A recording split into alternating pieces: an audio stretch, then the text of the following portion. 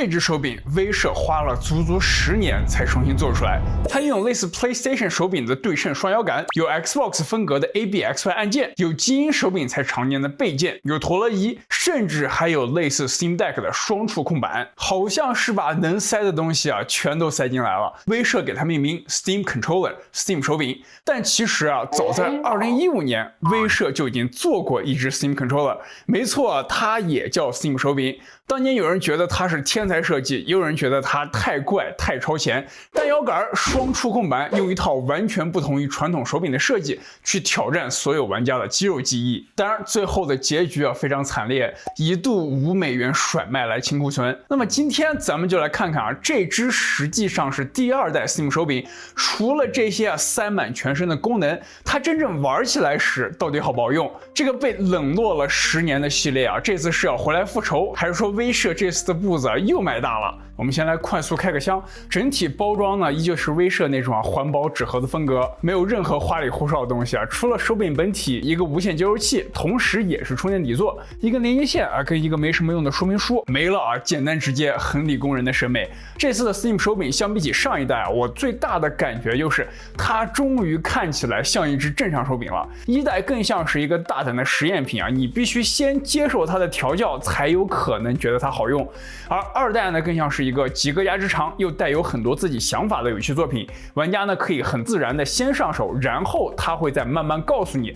其实我还能做更多。手感方面呢，最早我在网上看到 Steam 手柄造型的时候，其实有点担心，因为它正面塞了2个这么大的触控板，不知道上方的摇杆和按键位置会不会被挤压的过小，尤其是手小一点用户会不会拿起来会有些别扭。但是实际拿上手以后就不能说完全没有吧，但这整体上呢其实还好它虽然看起来很宽，但手掌真正握住的地方没有想象中那么夸张。D-pad 跟 XY-AB 的键位呢还是比较自然的，拇指可以很自然的落在它们上，没有那种被迫伸手去够的感觉。但是摇杆我觉得确实略有些靠里，当把2个摇杆的同时向内拨动时，会稍微有一点不习惯。不过如果你喜欢 Steam Deck 的手感，那么应该会感觉很熟悉。总的来说呢，单看基础握持手感，如果咱们说 Xbox 与 PS5 手柄是100分的话，那么 Steam 手柄我可以给一个就是90到95分。不过比较值得一提的是呢，威社这次用的 TMR 摇杆跟现在很多高端手柄用的霍尔摇杆有点类似，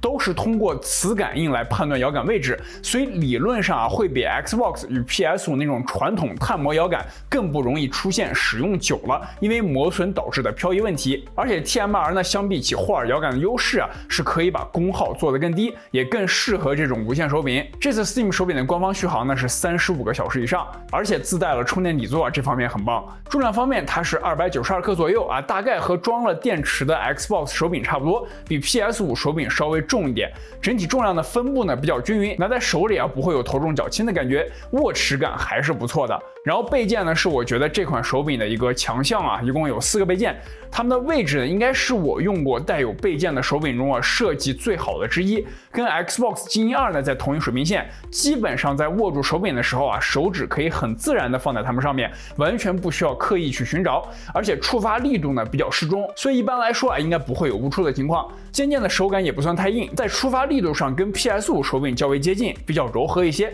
按下去呢没有像 Xbox 那种很强烈的咔啦声。它肩键的位置呢相比起 Xbox 略高一些，而比 PS5 又略低一些，所以对于手柄玩家来说呢应该不会有什么适应问题。扳机键为线性扳机，在赛车游戏中可以根据按下的深浅来微调油门跟刹车。不过很遗憾的一点是它取消了上一代的2段扳机，而这个特点呢它其实正是我对于1代唯一比较喜欢的地方。它很像相机的快门键跟苹果前几年取消的那个 3D Touch， 它是物理的2段式按键，可以实现那种比如说你按下第1段时可以打开瞄准视角，然后按下第2段再触发射击的功能，就很可惜然后它也没有 PS5 手柄的力度反馈与 Xbox 手柄的扳机震动，所以在扳机键上就比较中规中矩，没啥太惊艳的地方。陀螺仪就不用多说了，手柄玩射击游戏的必备功能这一点完爆 Xbox 第一方的所有手柄。所以就基础手感这部分呢，这代 Steam 手柄呢整体比较中规中矩好用，但没有特别惊艳。不过话又说回来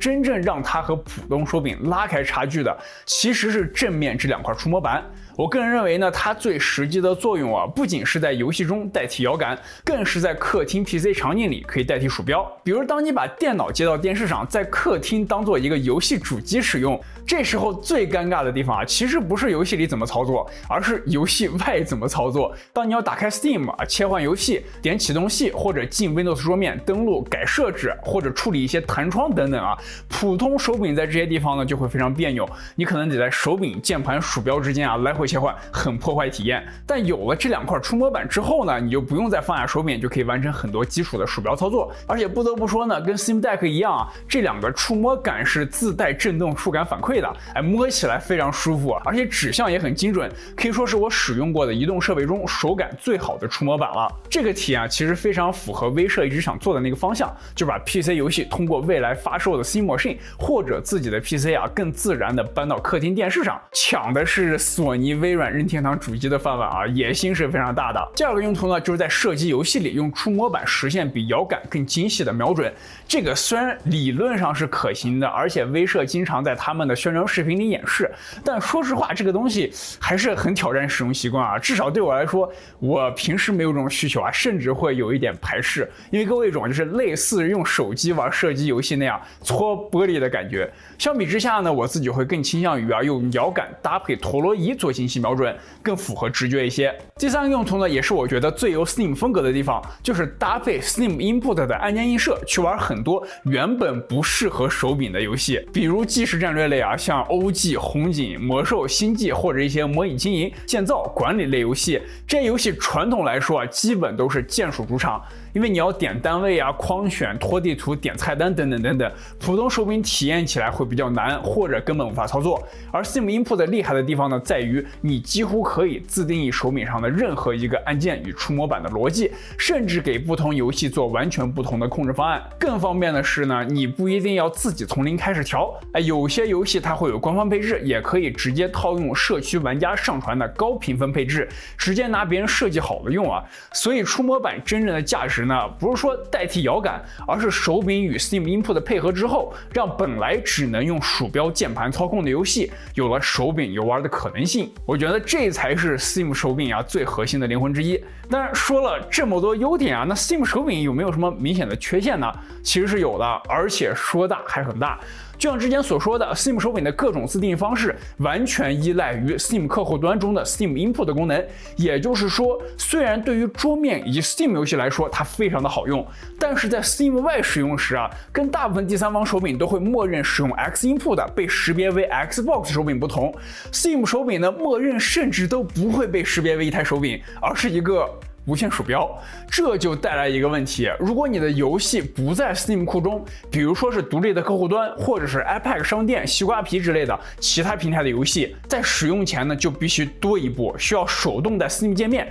将其添加到库里，然后再从 Steam 启动，这样才能够被识别并自定义备件、触摸板等功能。而对于部分自带启动器的非 Steam 多人游戏来说，还有可能完全无法使用。说实话，对于很多不熟悉这类外设的朋友来说不太友好。另外，虽然 Steam 手柄内置蓝牙，但是即使你将其连接到了手机设备上，跟在 PC 端一样，你也只能在 Steam Link 这类官方串流 App 中使用。像 Moonlight 或者 iOS 跟安卓本身的游戏则无法识别。这一点说实话，我真的特别的失望。所以它的局限也确实很明显，跟它的名字一样，它就是专门为 Steam 平台而生的手柄。所以这里呢，大家也应该能看出这台 Steam 手柄搭配99美元700多人民币的价格，并不是属于那种可以闭眼推荐给所有人的产品。它最适合的人其实很明确，就是那些想把 Steam 游戏从电脑桌前搬到沙发上，搬到电视前，同时又不想牺牲太多 PC 操作自由度的朋友。所以如果你有这种想法，或者准备未来购买 Steam Machine，那么这只手柄呢，可能就是市面上最接近最佳解的产品，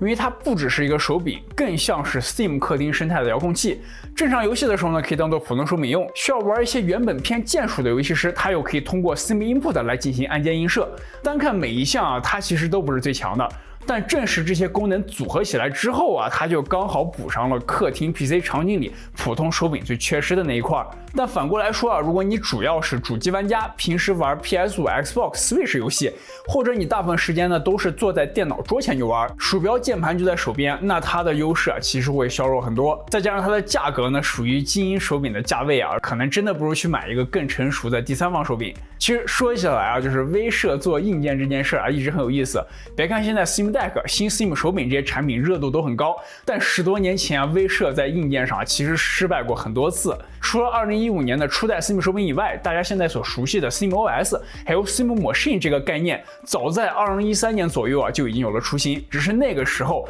他们都没有真正做起来。而威社最厉害的地方就在于啊，他们很少真的把一个想法完全扔掉。这10几年里呢，他们好像一直都没有放弃这件事啊，就是把 PC 游戏从电脑桌前剥离出来，带到沙发上啊，带到电视前，甚至带到旅行中。所以前几年的 Steam Deck 呢，这次的新 Steam 手柄，还有未来将要发售的 Steam Machine， 其实都像是把那些过去失败过、验证过又整理过的想法重新塞进了更成熟的产品里。所以我觉得它的复仇啊，不是回来证明当年有没有错，而是证明啊，威社当年想做的方向啊，其实是能够实现的。只是那个时候呢，硬件还不够成熟，技术也不太够用，生态呢更没准备好。但现在不一样了 ，Steam Deck 已经证明了 PC 游戏可以离开电脑桌，新 Steam 手柄开售30分钟就断货，也说明了玩家对于这个方向啊确实有兴趣。未来的 Steam Machine 呢也重新拉高了大家的期待，所以客厅 Steam 生态呢终于有了一个更接近完整的形状。那么我们再回到一开始的问题啊，它算不算复仇成功？